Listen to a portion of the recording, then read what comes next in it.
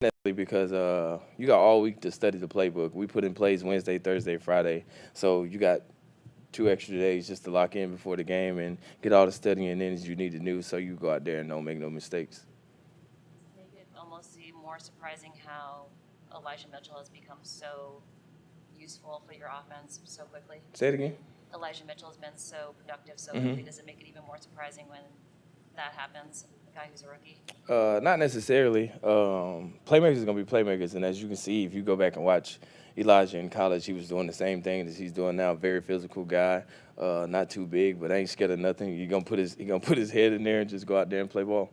Could you tell that from the start of training camp that he was I like could. that? I told him I was like, bro, it look like, cause how he carried himself and how he practiced. He came out here flying around, and when I seen him got hurt, I was like, oh man, like I don't know, cause you know how the league go. You get hurt as a rookie, and you just like, what's gonna happen? So we end up keeping him, and he's just been getting better week by week.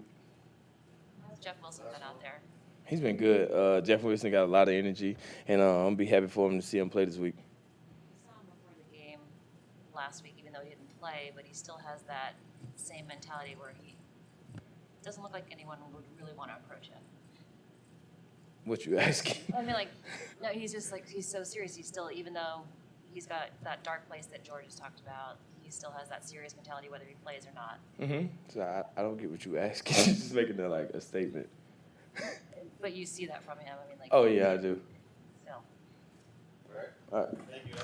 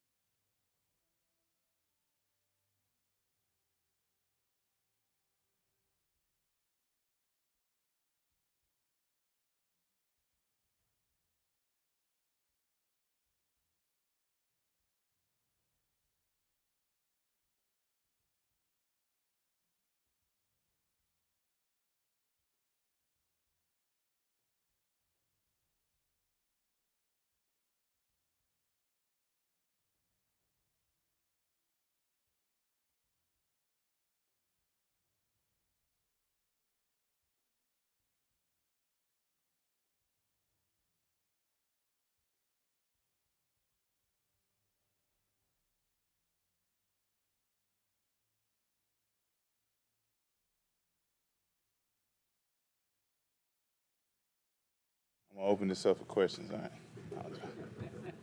You've always wanted to say that. I have, for real. Well, we asked how you're doing.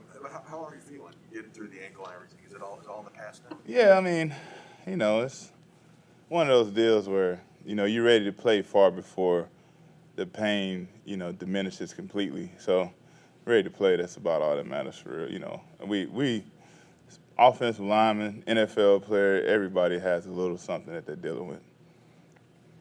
We talked to you in that bonus practice on that Monday, and you seemed to be okay. I mean, were you surprised what was the surprise about the ankle? It just didn't respond the way you thought it would? Well, I heard it like the fifth play of the game when we played Arizona, but I just didn't think that it was. I didn't think that it was that big a deal because I was able to continue to play. So the next day, I just kind of. I just told the trainers not to worry about it. I felt like we had a bye week, and I thought it was just a normal ankle sprain, and that give me a few days, I'll be ready to go. And it didn't. It was a high ankle sprain, so little to my knowledge that I know that, and so that was the surprising part. And I waited a week, went out there to try to practice on the bonus day, and then that's when I was like, hold on, it's just a little more than what I thought. So that was a surprise. Aaron Daniels got Scout Team Player of the Week. How did he look out there as Aaron Donald? Oh, he good. Yeah, man. I think Dede done got Scout Team Player of the Week probably 50, 60% of the time since he's been here. So he got a lot of those Scout Team of the Week jerseys in his collection. So, I mean, he does a great job every week. Whoever we ask him to be, he goes out there and he prepares. He studies the dude and goes out there and try to emulate him. He gives us a great look week in, week out. What sort of expectations do you have for Von Miller, and what was your reaction finding out you went to the Rams? Oh, I mean, of course, nobody wanted to add him to the division, and had to play him twice a year. That's Von. But it is what it is. The NFL, we already got Chandler here, so, I mean, both apart. So, it's just bring all the best pass rushers in the NFC West, just pray for us. That's all we can really do. But, I mean, it is what it is. It's football. We got to play him.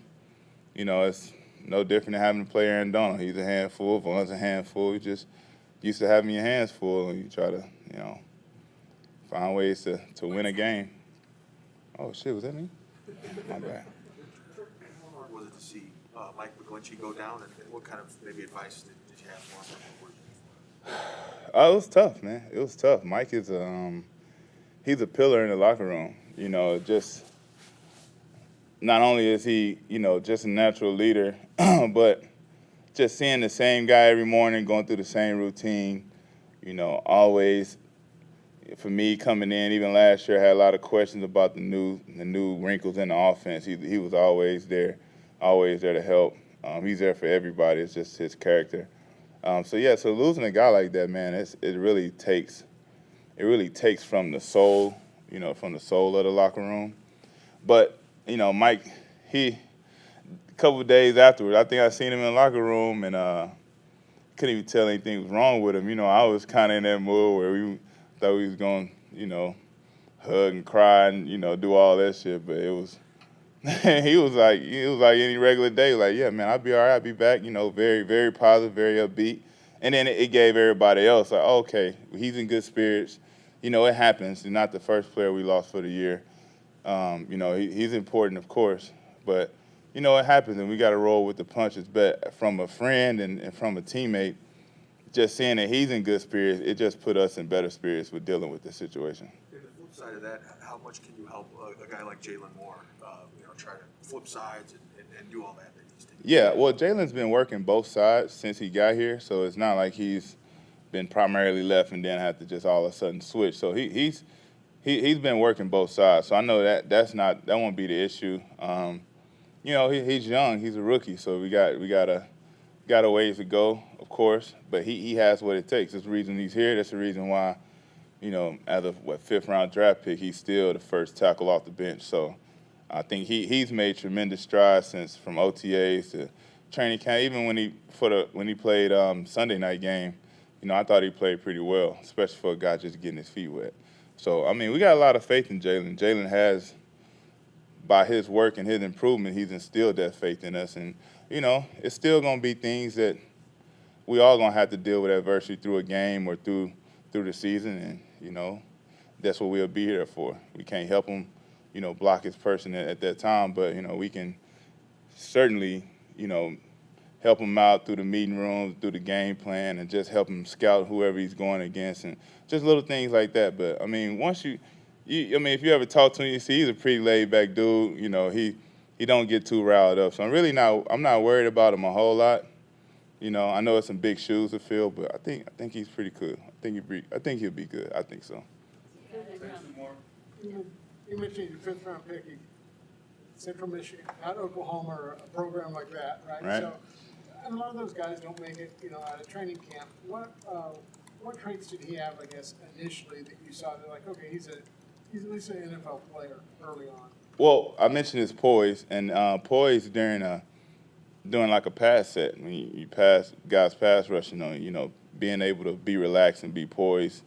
That's a big step forward, and not everybody come in with that. I didn't, certainly, when I was a rookie a century ago. But I think that he has good contact balance. He has good feet. He's a dancing bear, and he can move, and he's definitely a guy fit for this offense. And I think his career has a very high ceiling, and I just want to help him reach that. He was really laid back in the huddle. Is he someone that comes up to you a lot, picks your brain, or is he just kind of quiet about everything? No, he's quiet. If he has a question, he will come up, but he's not the one banging down your door. You're gonna, I go and offer help or assistance whenever. But yeah, he's not a needy person. He's not gonna be in your face, and he's smart, so he understands his assignments. He get the playbook. So, but to answer your question, he ain't the type of person that just chase you down and get an answer to a question. He figures stuff out himself, and I'm just the type of person that I just offer even when it's not asked for.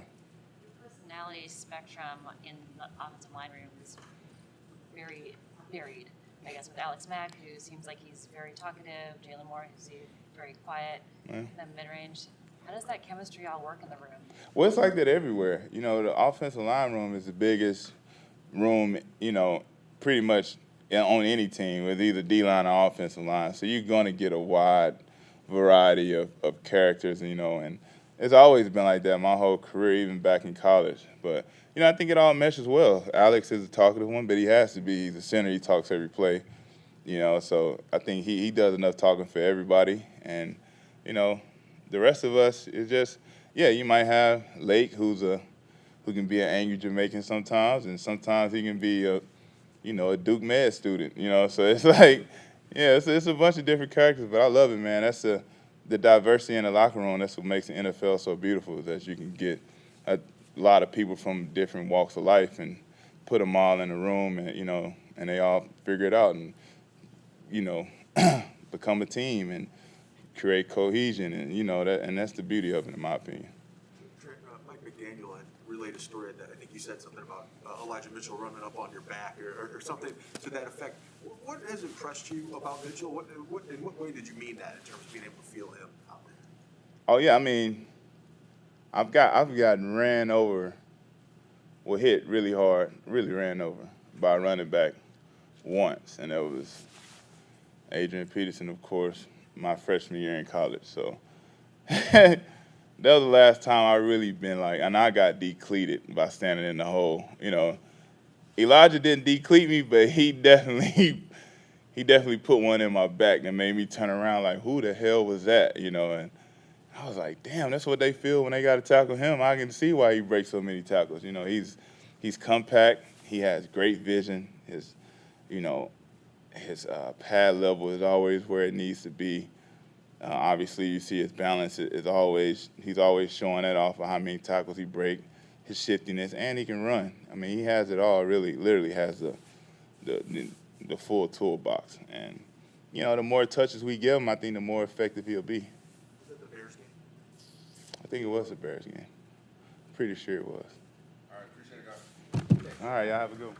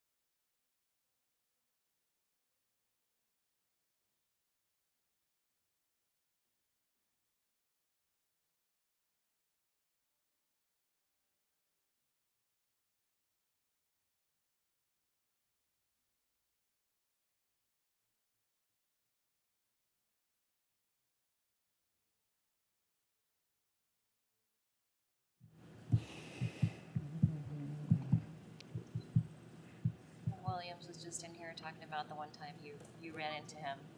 Trent Williams was just in here talking about the one time you ran into him. Oh, for real? This game. Nice. Said no one has hit him as hard since Adrian Peterson hit him when he was in college. That's awesome. Do you remember that play and what happened? Yeah, I remember that play.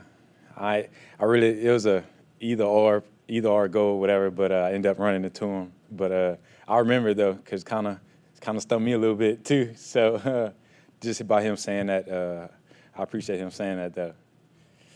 What was Sunday like for you, dealing with the ribs, and that can't be fun to be tackled, hit, when you got that injury? Like I say, just got to suck it up. But really, it's nothing you can really do about it. But like I say, I was really okay with going out there and just playing ball. I wasn't really thinking about it. Does it feel better this week? Like, how are you feeling right now? Feeling way better this week, so I'm excited about Monday. Trent was also praising your pad level. As a running back, how do you keep your pad level, I guess, right as you're running downhill? Well, it really just started with the mentality, really. Being a running back, got to protect yourself because everybody trying to hit you. So it's just something that Bobby T, that we really stress about pad level, so you won't get hurt, really. Yeah, I'm sure in college you bounced off a lot of tackles, but you're doing the same thing in the NFL. Are you surprised in any way that you're able to, shake off, NFL defenders? Was there a question about whether that would translate? Like I said, I'm not really surprised about it, but it's just something that you have to go into the game thinking about, and it just got to be a mindset for you. So that's how I go into every game. Is that something, the ability to break tackles, maybe run between the tackles, that people underestimate about you? Like, do you get the sense that people see your speed and think that's all you are? No, I don't really look at it like that. Like I say, I can run outside or inside, but I think everybody knows that I can run inside too. What is your mindset going into Monday Night Football after everything that's going on with the team, and your record, obviously? Going to Monday Night Football, really, it's the same mindset that we have going to every game to win, really. So, like I say, we just got to go in there with a mindset to win, and we're going to be all right. You guys spoke about how his rookie year, it took him a while to kind of get his reps, head around the offense, also adjust to the speed in the NFL. It seems like it didn't take you long to do that. Was there a point where you kind of grasped it and like, okay, I got it? Not completely, obviously, there's always room for improvement, but just kind of where you felt more comfortable? Yeah, like I say, I still have a lot to learn. I'm still learning now, but like I say, for the most part, I know it for the most part, but I still have things I got to work on, most definitely. But after a while, I was like, man, okay, now I'm starting to get it now, and it finally clicked for me. In training camp, or was it? Really, in training camp, that's when I was like, okay, I'm starting to catch on. So now I just got to keep learning and keep building. Where do you think you were drafted in the 6th round? Like, what did you hear that, I guess the biggest question do you think was it about you? Like I say, I don't have no control over where I was drafted at or whatever, but I really don't look at it like that. I'm just happy for the opportunity that I got to be here. A lot of late round picks kind of carry a chip on their shoulder because of that. Do you have that mentality? Always. I always, before I got here, I always had that mentality, and that's something that I'm always stick to no matter what, no matter what position I'm in. I'm always going to have that chip on my shoulder. Is there a reason you had it in college? No reason. It's just, like I say, I was Sun Belt, so you just got to have that mentality.